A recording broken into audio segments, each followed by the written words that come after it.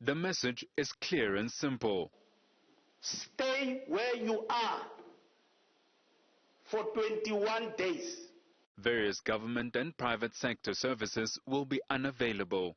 We won't issue passports at all because there's no movement of people anywhere.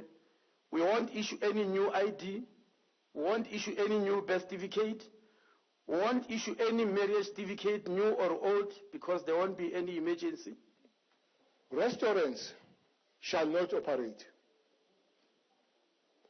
There shall be no food at restaurants.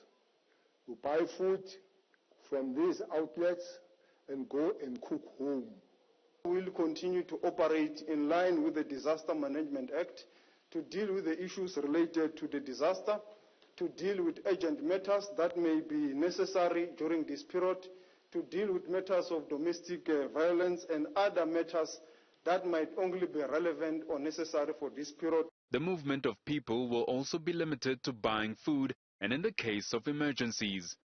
A limit on the number of shoppers in a building and what they can buy will also be enforced. Retailer must place controls to ensure that consumers keep a distance of at least 1 meter from each other. So the numbers that come in will vary depending on the size of the store and the arrangements that are made.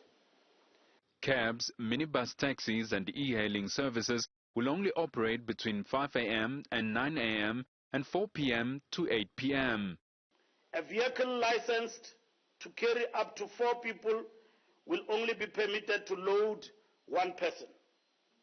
A vehicle licensed to carry up to 8 passengers will only be permitted to load a maximum of 3 passengers. Funerals also have limits. In the new regulations, the funerals can only be attended by 50 people. For those itching to take a jog or walk with their pets, there shall be no dogs that will be walked.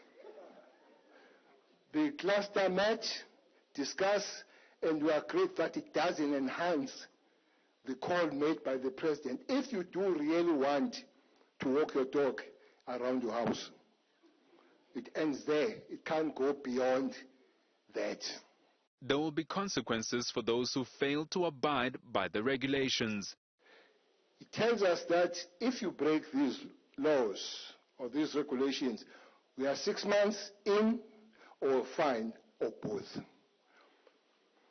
In KZN, 2 people have been charged already, charged with attempted murder, who deliberately moved around after they've been told that they don't have to move around. In a nutshell, stay at home unless it's absolutely necessary for the good of all South Africans.